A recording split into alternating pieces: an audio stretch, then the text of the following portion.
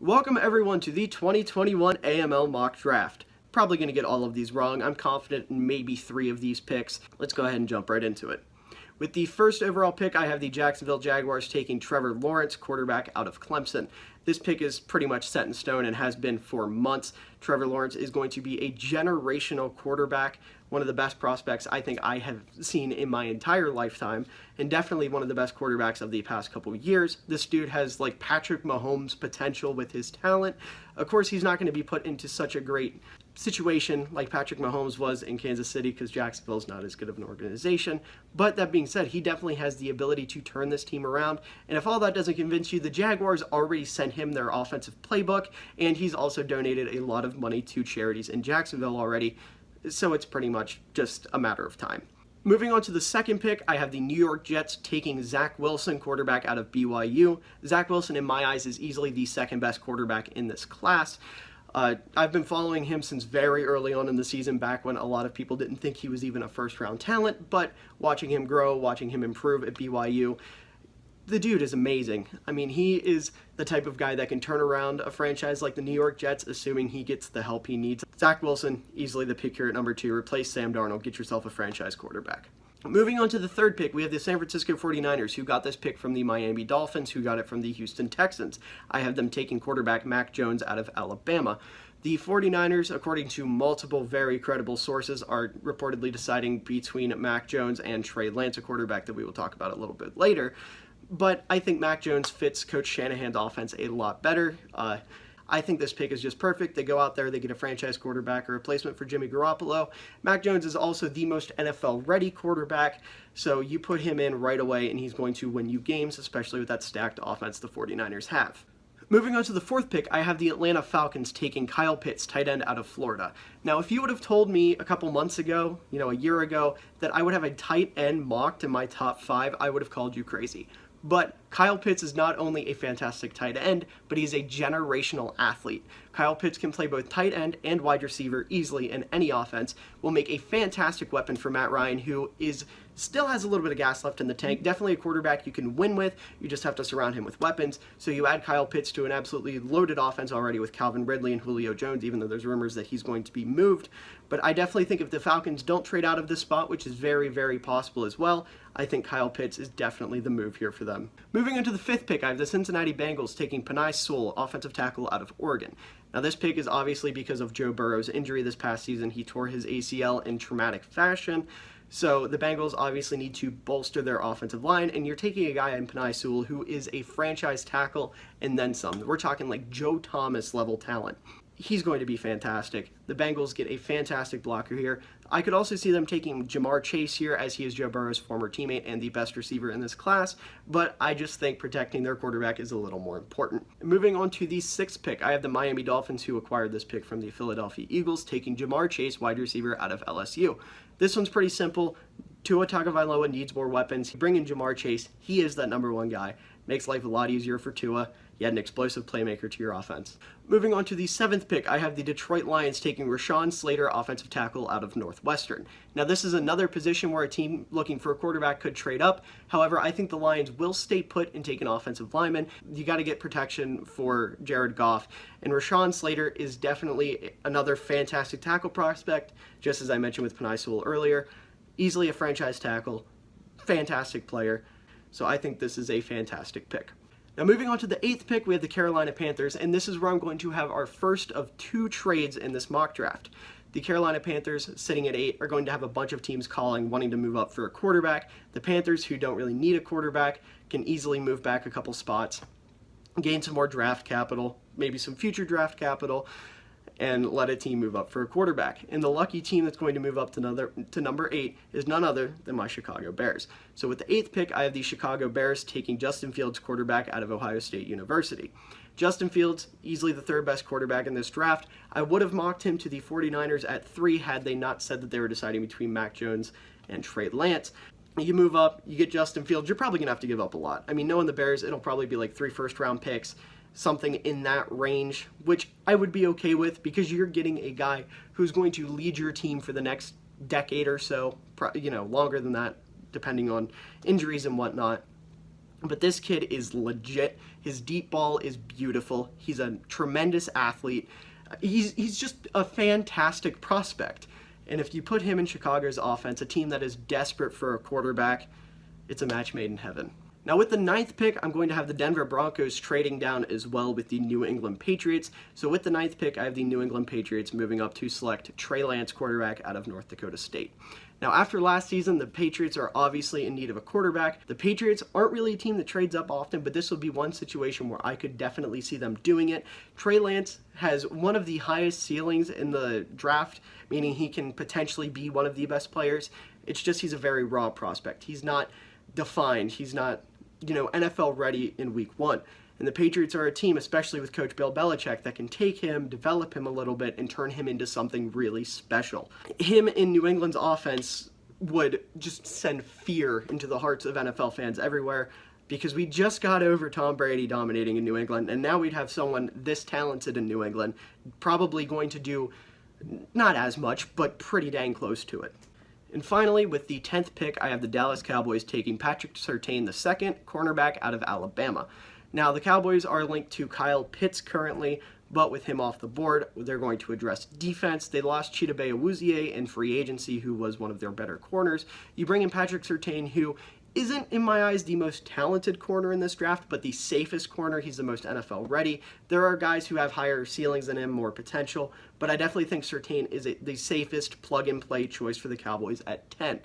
The Cowboys' defense definitely hurting, definitely something they need to address, so I think Surtain is the easy choice, and I have been mocking him here for months. But with that being said, that is my 2021 AML mock draft. I hope you all enjoyed. I can't wait to see how wrong I'm going to be tonight. Regardless, hope you all have a fantastic day. Go Campers.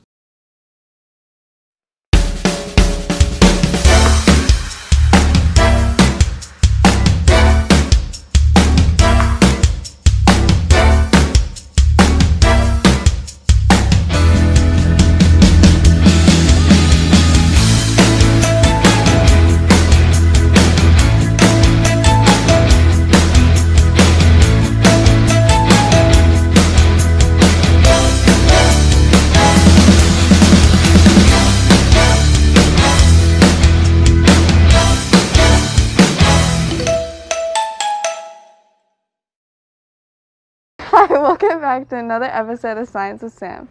Today, we're going to be making our own lava lamp. So first, we're going to fill up our water bottle a quarter of the way full, a little less.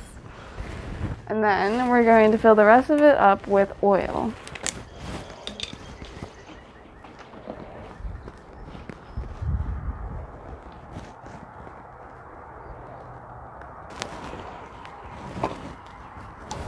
Okay, now we're gonna put some food dye in. Let's do blue.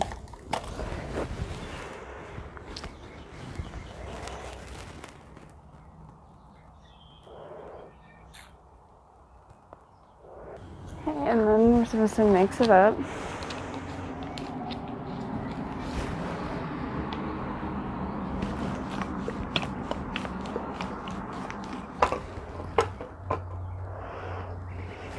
And to let it sit and let it settle at the bottom.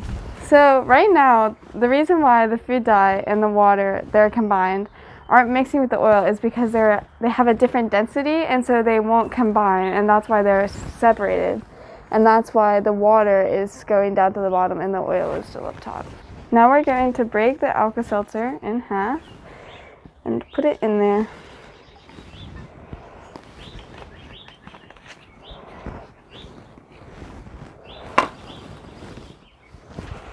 You can see. Now we're having our lava lamp reaction.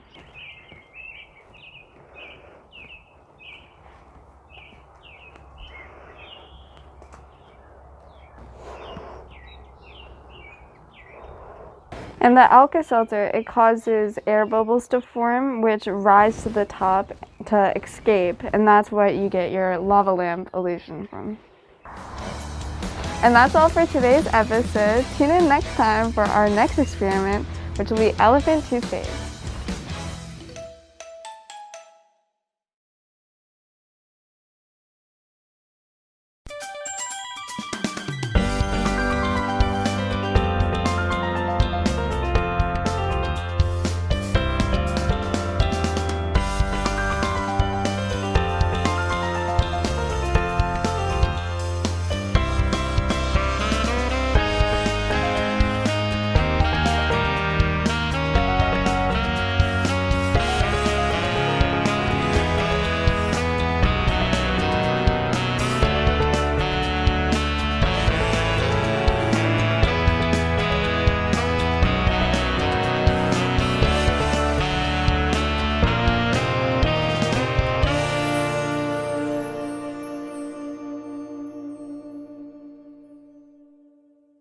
Hello everyone, welcome to the new AML talk show where I interview teachers in place of work and they give me challenges while I go through labor pains. As I go through my questions, we're gonna go up on the scale. It goes from a scale of 1 to 10, 10 being, I assume, full contractions. I don't really know. It's done by electric shocks. I don't know the science behind it. Anyway, today, for our first guest ever on labor pains, we got Mr. Getz.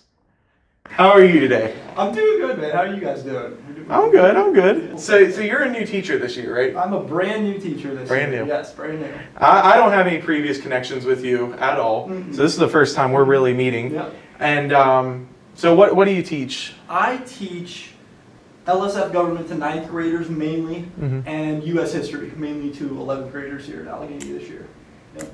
Gotcha. A little bit about me. I'm from this area, lived here my entire life. I went to Allegheny just like all you. I graduated from the old school though, back in 2016. Played soccer for a few years, all 4 years for Allegheny, baseball all 4 years. I was a member of FBLA when I was here, and then after high school I made my way to FSU right up the road there. Played soccer a little bit for FSU. Soccer's a big part of my life, and then was lucky enough and fortunate enough to get a job locally around here, and here I am. You're right here I'm on right labor here. pains. It's on 1 right now. I don't really feel anything. At first it's just gonna feel like little electric pulses of shock. Let me make sure it's working at least. Okay, yeah, it's working. Your previous education, where'd you go to school? And Yep, so Allegheny here, of course, but then when I got to Frostburg, I originally wasn't in education. I started off at Frostburg, believe it or not, a semester in computer science. After a semester, that's all it took for me, and I realized computers wasn't my forte. So I got out of that real quick, and then I went into mathematics.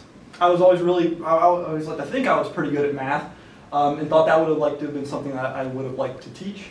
And then eventually ended up changing it over to social studies after I was encouraged by a few of my professors at FSU, and then I always liked history when I was in high school. A lot of my sister teaches high school, so it's kind of in the blood of my family, and Gotcha. I love it.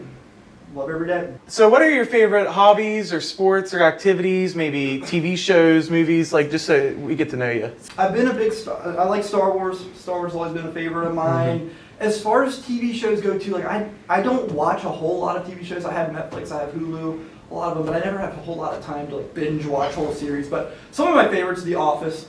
I'm sure Office is people great. like The Office is great. And then also Parks and Recreation. which That's is a similar great to show. The Office. Yeah. Awesome show. I like those. I recently watched WandaVision. On Disney Plus, WandaVision? and WandaVision was really good. I like the Marvel movies. You- The main thing I do is just staying active. I try to go on runs every day after work. I help coach the baseball team here, so that's keeping me busy right now. And before baseball, of course, I help coach soccer. There we go, up 6. What made you want to teach history? What is your favorite part about history and why? History, what my favorite part of history, you asked?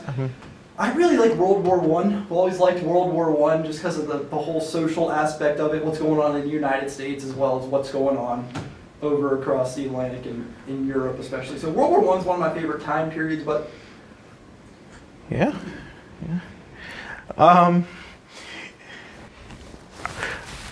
How was your first year teaching during COVID affected your overall mindset? Yeah, how's it affected you? it's affected my mindset. Well, it's a lot of work. And then just the whole planning aspect of it. Now, since I'm a new teacher, I'm out here making everything from scratch too. So Yeah. I have even more time added on to doing that, whereas a lot of these veteran teachers here have stuff that they can just scan, put it on a PDF, and assign it that way or something like that. But I'm trying to make everything from scratch, so let's just say it's a lot of late nights. It's a lot of work, very time consuming. But it pays off in the end. As far as my least favorite part of it, without a doubt, would have been before all of you showed up. Okay, because talking into a computer screen for like 3 hours of my day back when we were only at half days, it's just not fun talking to yourself, talking on a computer. So that wasn't very fun. But now, favorite part is actually getting to meet the students and actually making that personal connection with people. Ooh. So, now that we've got to know you, you got an activity for me to do on level 10 of labor pains. So, full contractions. Yeah. There we go. Yes. So, I try to make this as simple as possible. gotcha. I want to see if Drake here how many U.S. states? How many of the 50 U.S. states he can name for me? Okay, so I got a map here for you. Gotcha. I have a list if you want it. I'll have a checklist. You want me to check Okay. something off for you as you go? Yeah. Okay. All right. This one down here is Florida. Florida. We got Georgia here, Georgia. South Carolina, North Carolina, Virginia, West Virginia, West Virginia. Maryland, Delaware, Pennsylvania. There you go. Yeah. Okay, and then New York, Yep. New Jersey, Rhode Island's a little one. Yes. Connecticut, we got the Massachusetts one right there, the sideways one, right? Vermont's the right one? I'm gonna say right. Okay, left one. Left one. Makes it Okay, V yep. for Vermont. Gotcha. There you go. V for Vermont. Good way. That's a good Goes one. down. New Hampshire. There you go. Yep. We got Maine up here. Ooh, this one's Kentucky, Tennessee, and this is Alabama. The one I just said, Mississippi. Oh, Ohio, Michigan. Is that Indiana? Missouri. That's what I'm going through right now. Ooh. You were close. Iowa's the head. This one's Texas. Oh. North and South Dakota. Nebraska's here somewhere. It's this one's Wyoming, Colorado, New Mexico down here, Arizona, Nevada here, California, Good. California. Alaska, Washington, Hawaii. One. Let's go west. West of Colorado. I'll give you the one through missing. This one's Oklahoma. Minnesota. This one's You never got Minnesota. the hat. Oh, Oregon. I know that one. And then you're missing one. The one that I pointed at. This It's one. that one right Yes. there, and I'm struggling. Utah.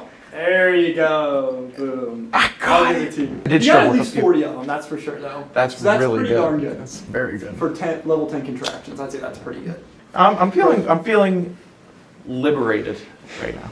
I don't even know what that word means, but I feel it. I have been sitting this whole time, so that makes it a little bit easier. Really waiting for this to turn off. That's the end. There you go. I went through labor contractions. I did not have to give a baby, so it did not hurt as much as labor, but it was still some labor pains, and I got to discuss labor pains with Mr. Getz here. Thank you for coming on today. Thank you guys for having me.